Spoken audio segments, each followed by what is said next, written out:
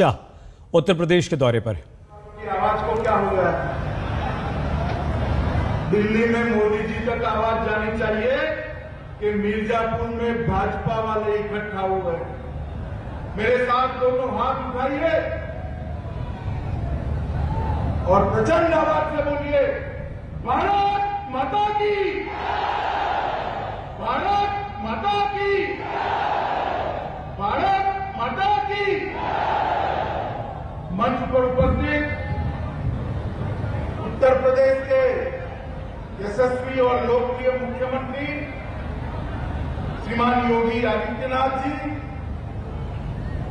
मोदी जी की मंत्रिपरिषद में मेरी सहयोगी, यहां की लोकप्रिय सांसद, अपना दल की नेत्री बहन अनुप्रिया पटेल जी, हमारे भारतीय जनता पार्टी के अध्यक्ष और मेरे मित्र श्री स्वतंत्र देव जी, डॉक्टर नीलकंठ तिवारी जी, रमाशंकर सिंह पटेल जी, श्रीमान राम सकल जी, यहाँ के स्थानीय विधायक पंडित रत्नाकर जी, श्रीमती बाचिस्मिता जी, अनुराग सिंह जी, राहुल प्रकाश जी, उपस्थित सभी अधिकारीगण और सबसे महत्वपूर्ण आज के कार्यक्रम के केंद्र बिंदु, यहां पर पूरे मिर्जापुर से आए हुए मेरे प्यारे भाइयों और बहनों को मैं प्रणाम करता हूं।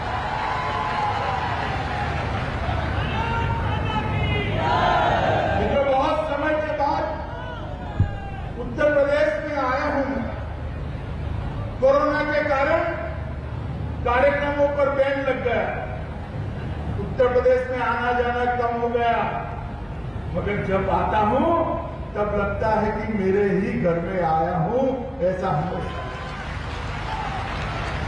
उत्तर प्रदेश के अंदर 2013 से 2017 तक और बाद में 17 से 19 तक उत्तर प्रदेश के चप्पे चप्पे पर घूमने का सौभाग्य मां विंध्यवासिनी ने मुझे दिया।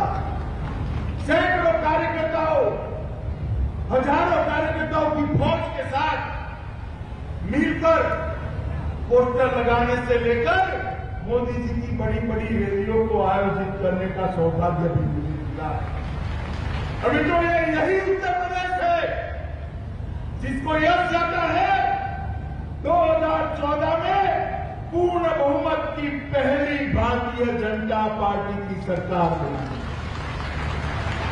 यही उत्तर प्रदेश है जिसको यश जाता है सर्वाधिक सीटों के साथ देश भर में 300 सीटों के साथ भारतीय जनता पार्टी की सरकार बनी। और यही उत्तर प्रदेश है जिसको यश जाता है 2019 में फिर से एक बार नरेंद्र मोदी जी को प्रधानमंत्री बनाना। और इसीलिए मोदी जी भी उत्तर प्रदेश से ही सांसद बनकर देश की संसद में जाते हैं। मोदी जी जानते हैं कि उत्तर प्रदेश वालों की अपेक्षा क्या है। मोदी जी जानते हैं कि उत्तर प्रदेश की जरूरियात क्या है। मोदी जी जानते हैं कि उत्तर प्रदेश को कैसे आगे बढ़ाएं। और मित्रों, आप ही के आशीर्वाद का परिणाम है कि 2014 और 2019 में जो पूर्ण बहुमत आपने दिया, आज मैं गर्व से बता रहा हूं कि हम बहुत छोटे कार्यकर्ता हम सब हुआ करते थे, तब से विचारते थे, आंदोलन करते थे, जुलूस निकालते थे, कार सेवा में आते थे।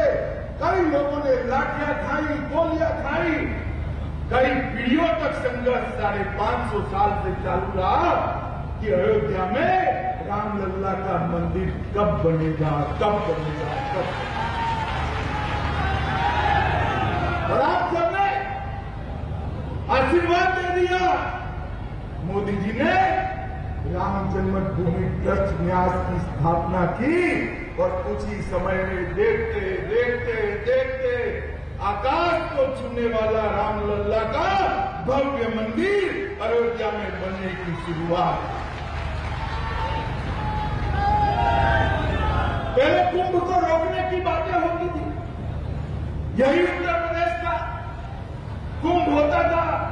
कई लोग जीतकर मर जाते थे, अव्यवस्थाएं होती थी। आज योगी जी की सरकार बनी। मैं मेरे जीवन काल में गढ़ कुंभ के अलावे सब कुंभ में गया। जब से समझ आया सब कुंभ में गया हूं। प्रयागराज के कुंभ जैसी व्यवस्था मैंने मेरे जीवन में नहीं देखी। बहुत छोटा था तब दादाजी काशी विश्वनाथ के दर्शन करने आए थे, लेकर आए थे। समझ भी नहीं थी मैं कहां आया। बड़ा हुआ फिर भी आता रहा। उत्तर प्रदेश का प्रभारी बनाने को अनेक बार आया। मन उदास हो जाता था बाबा का दरबार। मगर मैं आपको कहता हूं कि हमारे जीते जी बाबा का भव्य दरबार देखने का सौभाग्य हम सबको मिले। भगवान काशी विश्वनाथ ये ज्योतिर्लिंग अपनी शान के हिसाब से, लोगों की श्रद्धा के हिसाब से, इसके महिमा के हिसाब से नया बन रहा। किसी को मां गंगा का जल लेकर बाबा का अभिषेक करना है तो घूम कर जाने की जरूरत नहीं पड़ेगी। इसी प्रकार का निर्माण की शुरुआत, ब्रजदीप का विकास हो, चित्रकूट धाम हो या अयोध्या में भव्य दीपोत्सव महोत्सव, हर परंपरा को भारतीय जनता पार्टी की योगी सरकार ने पुनर्जीवित कर लोगों की बरसों जूनी इच्छा की प्रतिपूर्ति। लोगों के मन में कई बार होता है ये सरकार किसकी, क्यों हमारी नहीं सुनती, क्यों हमारी आस्थाओं का सम्मान नहीं होता, क्यों मां विंध्यवासिनी के दर्शन करने हैं तो बहनों को जाने में तकलीफ पड़े, इतनी भीड़ के बीच में से जाना पड़ता, क्यों यहां भव्य कॉरिडोर नहीं बनता, क्यों त्रिकोण परिक्रमा करने के लिए जिनकी वय हो गई है उनके लिए रोपवे की व्यवस्था नहीं, यात्रा जुड़ी हो गई, 60 के हो गए, 70 के हो गए, 75 के हो गए, तीनों मां का दर्शन नहीं हो पाता था क्योंकि ऊपर चढ़ने की व्यवस्था नहीं थी। आज मां विंध्यवासिनी का भव्य कॉरिडोर का भी भूमि पूजन हुआ है और रोपवे का लोकार्पण भी आज हुआ। अब किसी श्रवण को अपने बूढ़े मां बाप को लाना है तो कावड़ की जरूरत नहीं है, रोप में बिठाकर त्रिकोण परिक्रमा पूरी करा सकता है। और ये व्यवस्था है। मैं पूछना चाहता हूं तो शासन में, भाई क्यों राम मंदिर नहीं बना, जरा बताओ, क्यों ब्रज के विकास के लिए बोर्ड नहीं बना, क्यों चित्रकूट धाम जहां भगवान श्री राम 11 साल से ज्यादा समय में है उसके विकास के लिए बोर्ड क्यों नहीं बना, क्यों मां विंध्यवासिनी का कॉरिडोर नहीं हुआ, क्योंकि आप वोट बैंक की राजनीति से डरते थे।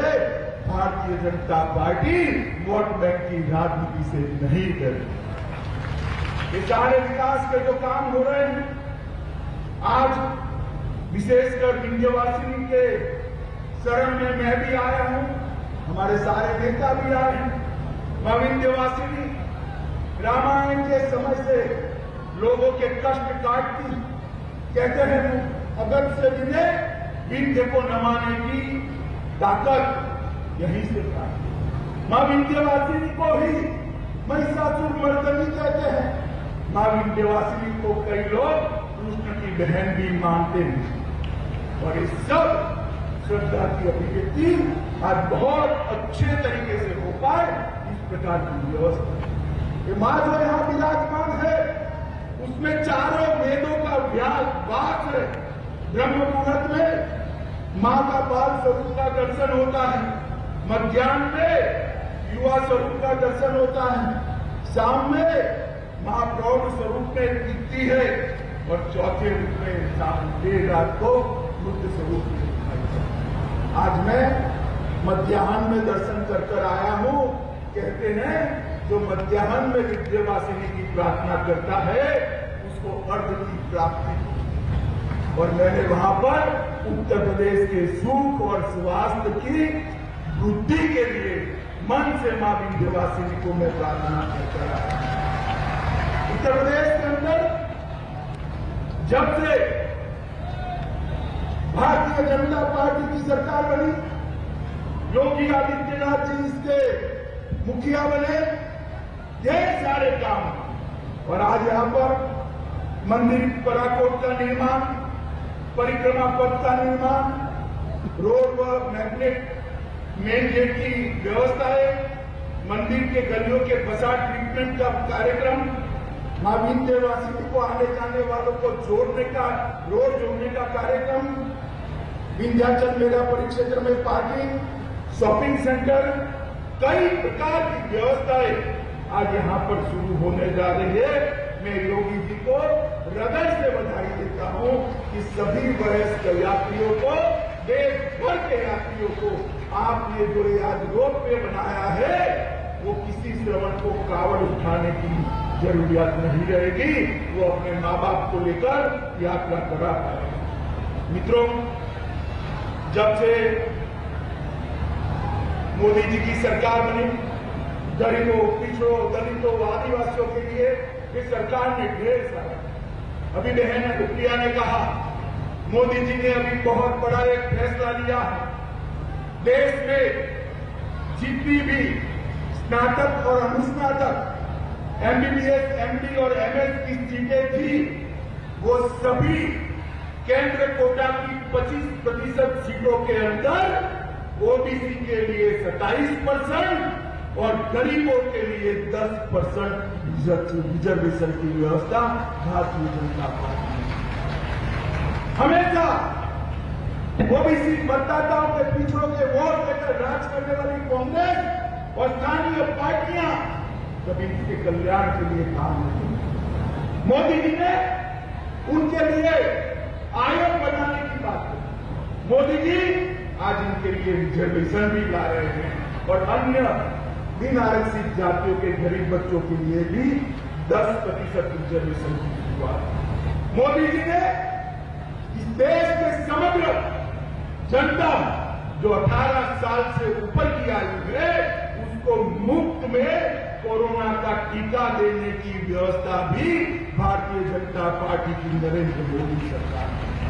और जून महीने से दीपावली तक, अक्टूबर तक 80 करोड़ लोगों को प्रति व्यक्ति 5 किलो अनाज मुफ्त में देने की योजना भी भारतीय जनता पार्टी के प्रधानमंत्री नरेंद्र मोदी जी ने। मैं मानता हूं इससे बड़ा कोई काम नहीं। कोरोना के कारण ढेर सारी परेशानियां हुई और इसका एक सरल रास्ता था कि देश की 80 करोड़ जनता को 6 माह तक मुफ्त में राशन देकर उन पर उनका बोझ कम कर दिया जाए। मित्रों, उत्तर प्रदेश सरकार ने हाल ही में 4 साल पूरे किए और मैं साथ अर्थ में कहता हूं, मेरी पार्टी के मुख्यमंत्री है इसलिए नहीं, हमारे चुनाव घोषणा पत्र को पूरा पढ़कर उसकी एडमिनिस्ट्रेटिव व्यवस्था कर चुन कर एक वादे को पूरा करने का काम श्री योगी आदित्यनाथ ने किया। 5,50,270 करोड़ का बजट था। योगी जी ने $1 ट्रिलियन की अर्थव्यवस्था का लक्ष्य रखा और मुझे विश्वास पूरा होने वाला है। और मोदी जी ने जो गरीब कल्याण की योजनाएं बनाई है, उसमें से 44 योजनाएं ऐसी है जिसके क्रियान्वयन में उत्तर प्रदेश सब सरकारों में देश भर में नंबर 1 है, नंबर 1 है। मित्रों, आज मैं इतना ही कहना चाहता हूं। कोरोना की 2 लहरें आई, 22 करोड़ से ज्यादा आबादी, पूरे यूरोप से ज्यादा आबादी रखने वाला है उत्तर प्रदेश। योगी जी ने परिश्रम, मेहनत, सूझबूझ और अपनी वहीवटी क्षमता का, एडमिनिस्ट्रेटिव ताकत का परिचय कराते हुए जो कोरोना प्रबंधन किया, उत्तर प्रदेश को उन्होंने लगभग कोरोना मुक्त करने का काम किया। सबसे ज्यादा वैक्सीनेशन यहीं पर हुए और सबसे ज्यादा टेस्टिंग भी यहीं पर हुई। सबसे ज्यादा बेड का निर्माण यहीं पर हुआ है। 1,80,000 कोविड बेड की उपलब्धता करी। 541 ऑक्सीजन प्लांट बनाने का काम चल रहा है। 194 बन गए हैं।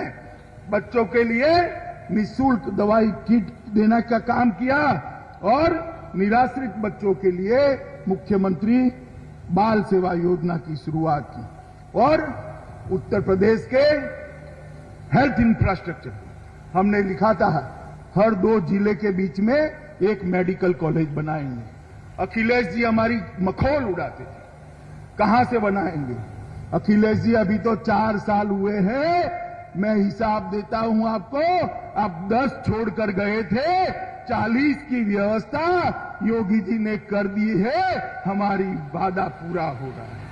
मित्रों, केंद्र सरकार ने 23,000 करोड़ रुपए का हेल्थ इंफ्रास्ट्रक्चर का जो पैकेज घोषित किया है मोदी जी के निर्णय के बाद, उसका सबसे बड़ा फायदा यूपी को होने वाला है। मित्रों, आज यूपी मेक इन इंडिया में इन्वेस्टमेंट की सबसे पहली पसंद बनता जा रहा है और लगभग 3.5 लाख करोड़ से ज्यादा इन्वेस्टमेंट भूमि पर उतारने का काम भी उत्तर प्रदेश ने किया है। और ये माफिया जो घूमते थे या नहीं घूमते थे? बताओ भाई, घूमते थे या नहीं घूमते थे? जोर से बोलो, घूमते थे या नहीं घूमते थे? कोई दिखाई पड़ता है क्या? हिम्मत है किसी की? उत्तर प्रदेश को दंगा मुक्त करने का काम भारतीय जनता पार्टी की सरकार ने किया। उत्तर प्रदेश को माफिया मुक्त करने का काम भारतीय जनता पार्टी की सरकार ने किया है। उत्तर प्रदेश को भू माफियाओं से मुक्ति दिलाने का काम भारतीय जनता पार्टी की सरकार ने किया है। उत्तर प्रदेश की माताओं बहनों को सुरक्षित रूप से जीने का अधिकार भारतीय जनता पार्टी की योगी सरकार ने दिया। और एक 4 साल के अंदर योगी जी ने कानून और व्यवस्था के क्षेत्र में ढेर सारे परिवर्तन किए हैं। और इंफ्रास्ट्रक्चर के लिए ये पूर्वांचल कब से राह देखता था कि कोई आए और पूर्वांचल के इंफ्रास्ट्रक्चर का उद्धार करे। मित्रों, 5 इंटरनेशनल एयरपोर्ट 4 साल के अंदर, 8 एयरपोर्ट संचालित हैं, 13 नए एयरपोर्ट बन रहे हैं, 7 हवाई पट्टियां बन रही हैं, 141 किलोमीटर लंबे पूर्वांचल एक्सप्रेसवे का निर्माण अंतिम चरण में है, 297 किलोमीटर लंबे बुंदेलखंड एक्सप्रेसवे का निर्माण प्रगति पर है, 594 किलोमीटर लंबा गंगा एक्सप्रेस, इसका भूमि अधिग्रहण चल रहा है, 91 किलोमीटर लंबा गोरखपुर लिंक एक्सप्रेसवे कार्य प्रगति पर है, बलिया लिंक एक्सप्रेसवे को मंजूरी दी है, 14,160 किलोमीटर सड़कों को चौड़ा कराया गया है और 14,935 किलोमीटर सड़कों को नया बनाया है, जिसमें 519 छोटे बड़े पुलों का निर्माण किया है। अखिलेश भाई, आप और बुआ जी दोनों 15 साल का हिसाब लेकर आ जाओ। 15 साल में आधा भी किया है तो यूपी की जनता आपको माफ कर देगी, जितना योगी जी ने 4 साल के अंदर किया है। मित्रों, विकास को स्ट्रक्चर तरीके से कैसे जमीन पर उतारा जाता रहा है, इसका उदाहरण योगी आदित्यनाथ की भारतीय जनता पार्टी की सरकार ने लोगों के सामने रखा है। डिफेंस कॉरिडोर आया है, ये मिर्जापुर, चंदौली, सोनभद्र नक्सली जिले गिने जाते हैं। अभी अभी मैंने रिव्यू करा है और मैं गर्व के साथ कहता हूं, मिर्जापुर, चंदौली और सोनभद्र तीनों नक्सलवाद के प्रभाव से पूर्णतया मुक्त हो चुके हैं। नक्सलवाद को भी समाप्त किया गया है। 1574 करोड़ की माफियाओं की संपत्ति जब्त कर ली गई है और लूट, डकैती, हत्या, ये सब में 50% से लेकर 28% की कमी दर्ज की गई।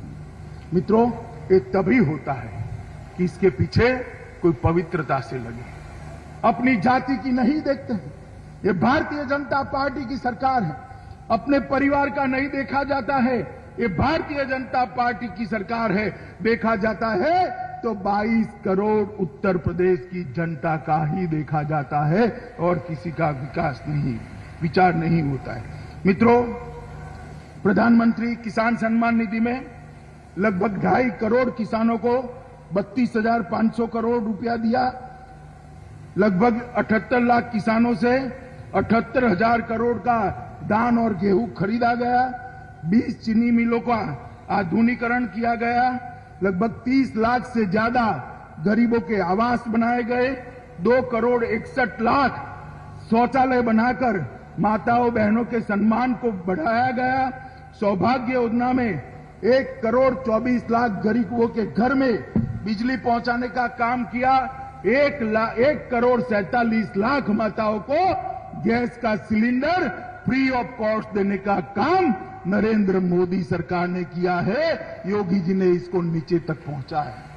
मित्रों, इसीलिए मैं कहता हूं कि आपका जो आशीर्वाद मिलता है वो आशीर्वाद भारतीय जनता पार्टी को काम करने की ताकत देता है। आपका जो आशीर्वाद मिलता है वो आशीर्वाद किसी व्यक्ति विशेष के लिए नहीं है, देश के 135 करोड़ की जनता के लिए है। आपका जो आशीर्वाद मिलता है देश के 80 करोड़ गरीबों को मिलता है। आपका आशीर्वाद जो मिलता है वो कितनी छोटी कुमारिकाओं बच्चियों को मिलता है जिनको एक सुरक्षित माहौल पूरा करने का काम करते हैं। आपने भारतीय जनता पार्टी को 2014 में आशीर्वाद दिया, 2017 में दिया, 2019 में दिया। मैं बरोबर यही था, सब अटकलें लगाते थे। कांग्रेस और सपा इकट्ठा हो गए, सपा बसपा और कांग्रेस सब इकट्ठा हो गए, मगर आप नहीं डिगे। आपका आशीर्वाद बढ़ता ही गया, बढ़ता ही गया, बढ़ता ही गया। मुझे भरोसा है 2022 में भी आपका आशीर्वाद भारतीय जनता पार्टी की योगी सरकार को जरूर मिलेगा और अभी से भी प्रचंड बहुमत के साथ हम सरकार बनाकर यूपी की सेवा के लिए कटिबद्ध हो।